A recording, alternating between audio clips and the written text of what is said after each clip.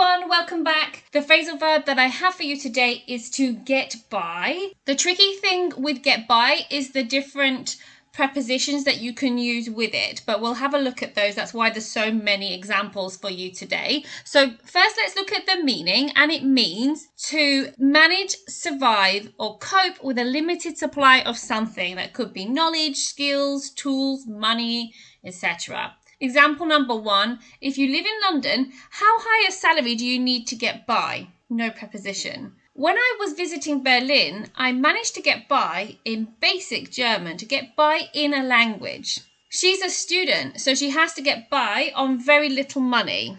To get by on money. Get by on a low salary, get by on £100 per week. And the last one, I only have some basic tools to do the renovation. Do you think I can get by with them? So there's an example of get by with some equipment or some tools. Is it enough? Can I cope with these tools?